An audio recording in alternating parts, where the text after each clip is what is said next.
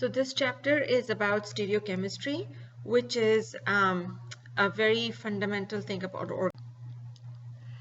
So if the two compounds are the same, and the only thing that is different between them is that one of them is a mirror image of each other, then how do you name them?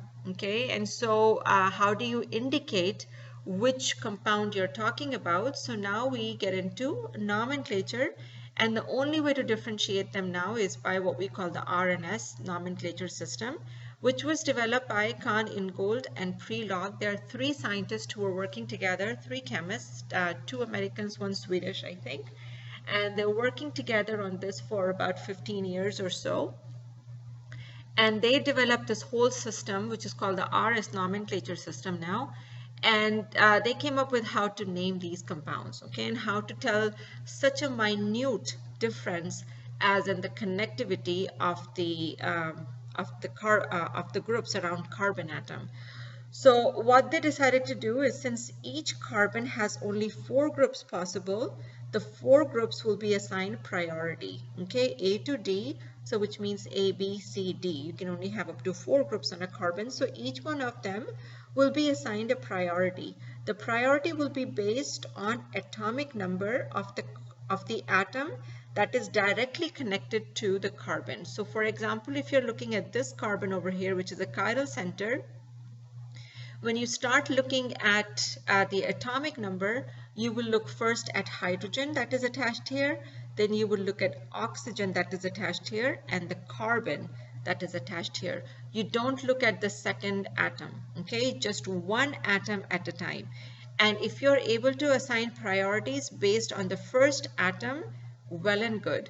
If you cannot assign the priorities based on the first atom, then you have to go further. So for example, if you look at this group over here, which is a CH3 group, so here we have the third group, which is carbon, and here the fourth group is also a carbon, okay, so which means we have H, O, C, and C. So in between these two C's or these two carbons, we are not able to assign priority. Now we have to look at the second atom that is attached. So in the case of the methyl group, there are 3 hydrogens attached to this carbon. In case of this ethyl group, there are 2 hydrogens and a carbon attached. Okay, so you take it one atom at a time, not one group at a time. Okay, so one atom at a time. So oxygen, hydrogen, no discussion over here which one has a higher atomic weight. So oxygen has higher than hydrogen. These 2 carbons are the same, and so you assign priority by looking at the next atom over. Okay, so in case of methyl, 3 hydrogen. In case of ethyl, it's 2 hydrogen and a carbon. So this group gets a higher priority. If you have a hydrogen in any of a molecule or the chiral centers, then that hydrogen will automatically be the lowest because hydrogen is 1 atomic weight mass number, and so that will always be the lowest priority. So in this case, the highest priority is for oxygen, then for the ethyl group, and then for the methyl group. Okay, that is how it's assigned. And then you have this A, B, C, D that you write out. Okay, that is the next step to do. For these things, for all the atoms that you're working with, you can look at the periodic table to find out the atomic weights, okay, of each of these atoms. So once you've assigned the priority to the groups, then you go ahead and take the lowest priority group and keep it to the back.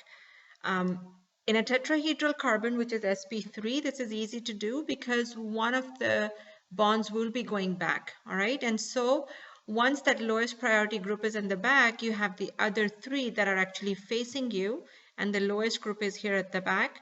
So when you look at these 3 groups that are facing you like a fan, then you just go A, B, C from the highest priority to the lowest priority group. If they happen to go right side, okay, which is a clockwise, then it's called R. If it happens to go anti-clockwise or towards the left, it is called S. R and S designations, they come from Latin words. R is for rectus, S is for sinister. So R is a clockwise, and the clockwise has to do with the priorities, okay, of the group. So highest priority group, lower, and then lowest. If it's going to the right hand side, it is considered to be a right-handed molecule, which is R. And then if it is going to the left-hand side, then that is S. Assigning the priorities to groups, as we said before also, is by atomic mass. And so here are some examples for you to go through. This one is if you're looking at an individual atom, okay, that is attached. So hydrogen, carbon, nitrogen, oxygen, sulfur, chlorine, bromine, and iodine, this is their order of priority. Hydrogen will always be the last one because it's 1, okay? And the rest of them, you have to look at the periodic table, or if you've memorized this, then you probably already know, okay? But you will have the periodic table to look at the atomic masses of all of these atoms. Remember, you're looking only at that one atom that is connected to the chiral carbon. If you cannot assign the priority looking at the first carbon or the first atom, then you have to look at the second one, okay, and what is attached to it. So the second one, in case of a methyl group, for example, is hydrogen, okay? It has 3 hydrogens attached to it. In case of an ethyl group, it will have 2 hydrogens and a carbon. In case of methylamine type group, this one, you have 2 hydrogens and a nitrogen. And in case of an alcohol, you have 2 hydrogens and an oxygen. So this is the order of priority. Again, since you're looking at the 3 atoms, the CH2, CH2, CH2, these are all the same. So then it is decided by, the priority is decided by the third atom that is attached. If there are double bonds or triple bonds in the group, then there is a systematic way of opening them up, okay? And this is not that you're opening it up and removing the double bond. You're actually trying to make it easier for you so that you know how you can assign the priorities. This is the best chart that I have found so far to kind of give you an idea. So for example, if you have C double bond Y, whatever is Y will get attached to the C, whatever is on C will get attached to, or whatever is C will get attached to the Y. So the C gets the Y and the Y gets the C. Okay, if you have a triple bond, then to remove the triple bond, you need to add 2 more bonds, okay, to make it a single bond. And so now C will get the 2 Ys and the Y will get the 2 Cs. Okay, so if Y happens to be carbon, as in case of this group over here, CH2, then in that case, both of these groups are carbon and carbon.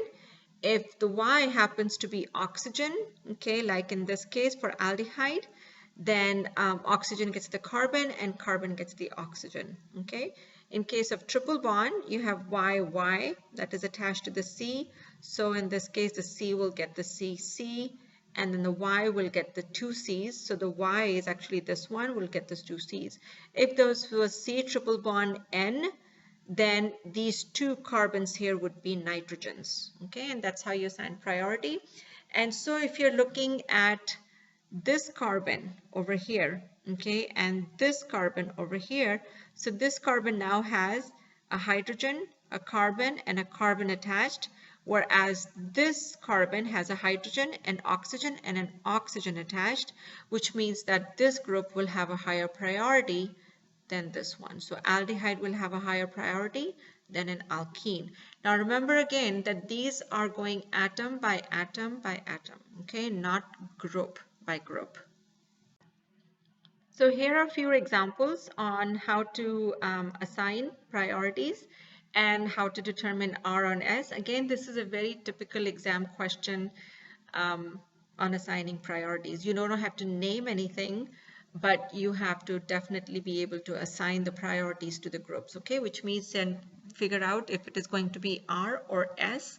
So here in this case, chlorine, highest priority, hydrogen is already at the back, so higher priority, lower priority, and then lowest priority, okay? So this is going anti-clockwise, and so this is S. And then looking at this one, now remember you have to keep hydrogen as the lowest priority, okay? And so this is going towards the back, which means you're looking from here. If you're looking from here, then you're looking at chlorine, and then this carbon is attached to this carbon and this one.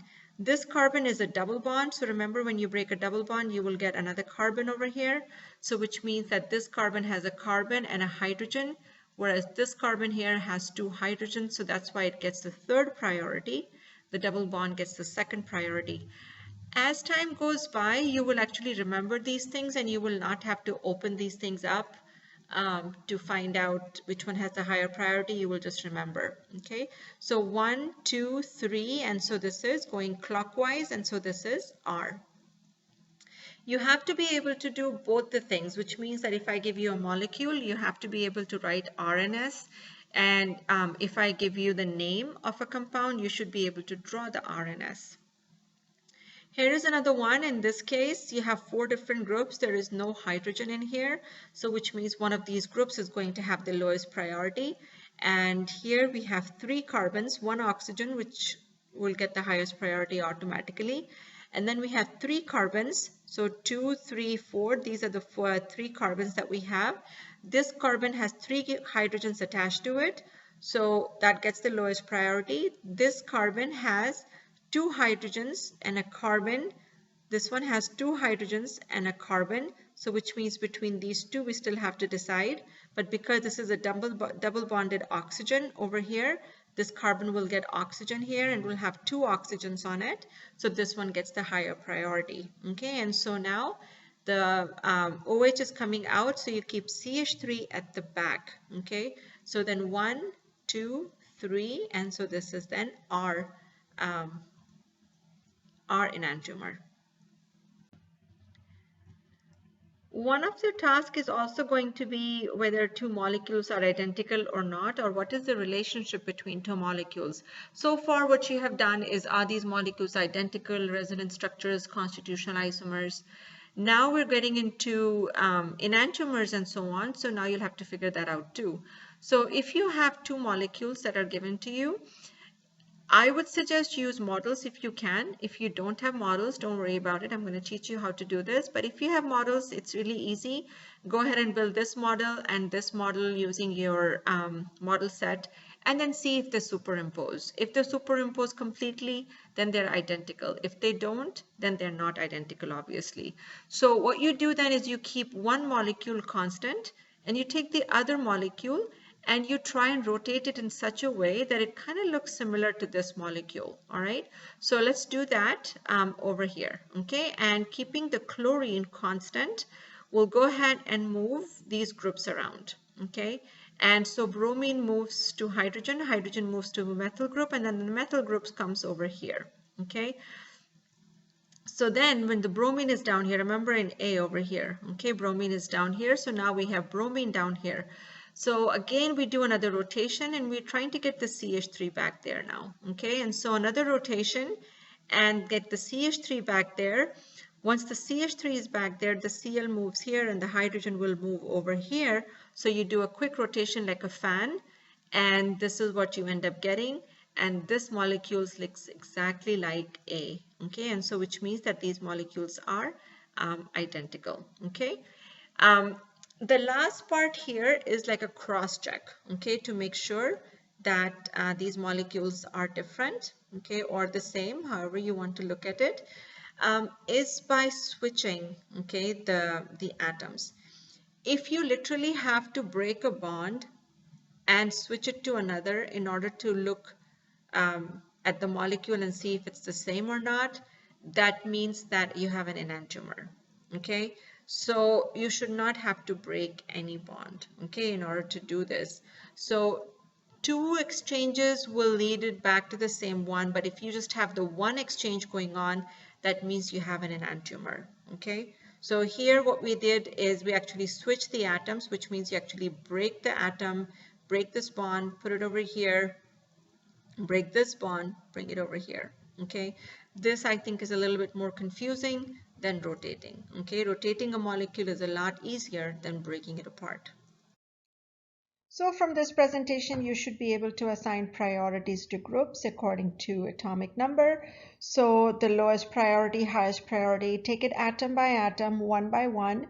Don't take the whole group, okay? So make sure you go step by step. Then determine the R and S configurations, looking at those priorities. R is right-handedness, clockwise. S is left-handedness, anti-clockwise. And then determine the relationship between 2 molecules, which for us has grown now. So whether something is constitutional isomer or they are resonance or conformers, now you also have enantiomers. Okay.